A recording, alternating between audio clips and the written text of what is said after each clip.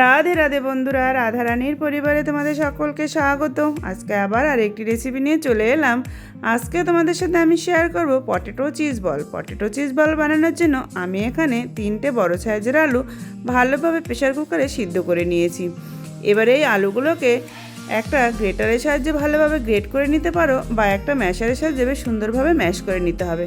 তো আমি একটা ম্যাশারের সাহায্যে আলুগুলো বেশ ভালোভাবে ম্যাশ করে নেব। আলুগুলোর মধ্যে যেন কোনো বড় দানা না থাকে। এইবারে দিয়ে দিলাম পরিমাণ মতো লবণ, আর দিলাম সামান্য পরিমাণে হলুদ গুঁড়ো, এবারে দিলাম সামান্য পরিমাণে ঝাল লঙ্কার গুঁড়ো, আর দিলাম একটুখানি গরম মশলা গুঁড়ো, আর দেব একটুখানি গোলমরিচ গুঁড়ো, আর সামান্য পরিমাণে চাট মশলা গুঁড়ো। এইবারে দেব কিছুটা পিৎজা মিক্স। এই পিৎজা মিক্সটা কিন্তু বাচ্চাদের খুব ভালো লাগে, যে কোনো জিনিসে দেবে দারুণ লাগে চপ বানাতে। এইবারে আমরা দিয়ে দিলাম কিছুটা ক্যাপসিকাম গ্রেট করে, আর একটুখানি গাজর গ্রেট করে, আর দেবো সামান্য পরিমাণে ধনেপাতা কুচি। সব কিছু দেওয়া হয়ে গেলে পরে তারপরে দিয়ে দিলাম 1 চামচ ময়দা আর 1 চামচ কর্নফ্লাওয়ার দিয়ে এবারে দিয়ে দিলাম আমরা একটুখানি চিজ। আমরা এখানে মজরেলা চিজ নিয়েছি। এবার চিজটাও একটু গ্রেট করে দিয়ে নিলাম।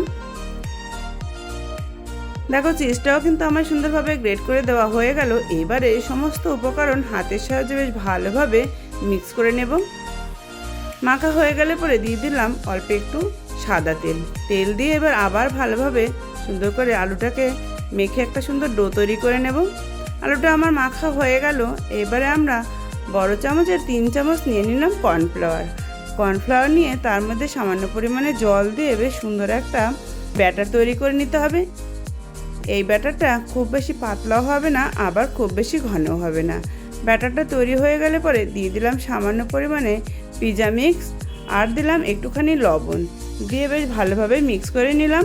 এই দেখো ব্যাটারটা এইরকম হবে, পাতলাও না ঘনও না। এইবারে আমরা নিয়ে নিলাম কিছুটা চিজগুলোকে এরকম চৌকো চৌকো করে আমরা কেটে নেব। দেখো সব চিজগুলো কিন্তু আমার চৌকো করে কাটা হয়ে গেল।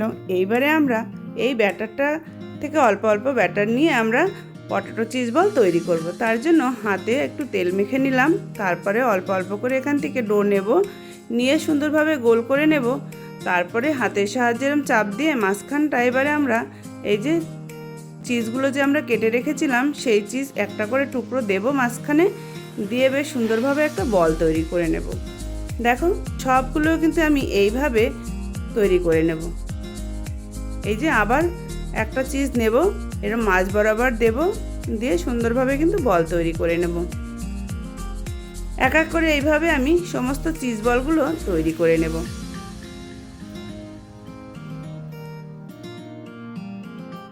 আমি আরও একটা দেখিয়ে দিলাম। আর এই চিজ বল বানানো কিন্তু খুব সহজ, কোনো ঝামেলা নেই, চটজলদি হয়ে যায়। দেখো এইভাবে আমি সব চিজ বলগুলো তৈরি করে নিলাম। এবারে আমরা নিয়ে নিলাম এখানে কিছুটা বিস্কুটের গুঁড়ো, আর নিয়ে নিলাম এই যে কর্নফ্লাওয়ারের ব্যাটারটা তৈরি করলাম সেটা। এবার কর্নফ্লাওয়ারের ব্যাটারের মধ্যে একটা করে বল বেশ ভালোভাবে আমরা কোট করে নেব। তারপরে চামচের সাহায্যে বেশ ভালোভাবে তুলে নিয়ে এবারে আমরা বিস্কুটের গুঁড়োর মধ্যে দিয়ে আবার সুন্দরভাবে কিন্তু বিস্কুটের গুঁড়ো দিয়ে কোট করে নেব। চেপে চেপে আলতো হাতে দেখো বলটা কিন্তু বেশ ভালোভাবে কোট করা হয়ে গেল। এইভাবে কিন্তু আমরা এক এক করে সমস্ত বলগুলো কোট করে নেব। প্রথমে আমরা ব্যাটারের মধ্যে দেব, তারপরে বিস্কুটের গুঁড়ো দিয়ে বেশ ভালোভাবে সমস্ত বলগুলো কিন্তু এক এক করে আমরা কোট করে নিয়েছি। দেখো সব বলগুলো আমার রেডি। এবার আগে থাকতে কড়াতে সাদা তেল বসিয়ে দিয়েছিলাম। তেল যখন ভালোভাবে গরম হয়ে যাবে তখন গ্যাসের আঁচটা মিডিয়ামে রেখে এক এক করে সমস্ত বলগুলো কিন্তু আমরা ছেড়ে দেব।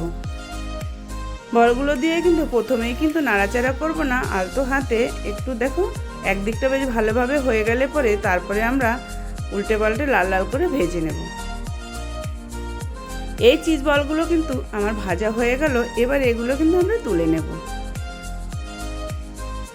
চিজ বলগুলো দেখতে কতটা সুন্দর লাগছে, লোভনীয়। এইভাবে কিন্তু আমি বাকি চিজ বলগুলো ভেজে নিলাম। সব চিজ বল আমার ভাজা হয়ে গেল।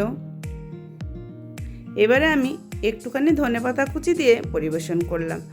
এখন আমি তোমাদেরকে একটা চিজ বল ভেঙে দেখাচ্ছি কতটা সুন্দর আর লোভনীয় লাগছে। বাচ্চা বড় সবার কিন্তু এই চিজ বলের রেসিপি দারুণ লাগবে। তোমরা কিন্তু চটজলদি এইভাবে একদিন বিকালের টিফিনে চিজ বল বানিয়েই ফেলতে পারো। কোনো ঝামেলা ছাড়াই খুব সহজে সামান্য কিছু উপকরণ দিয়ে কিন্তু সুন্দরভাবে চিজ বল তৈরি করা যায়। আমার এই চিজ বলের রেসিপি যদি তোমাদের ভালো লাগে, লাইক শেয়ার কমেন্ট করো। আর এইরকম নিত্য নতুন রেসিপি পাওয়ার জন্য আমার চ্যানেলটিকে সাবস্ক্রাইব করে রাখার অনুরোধ রইল।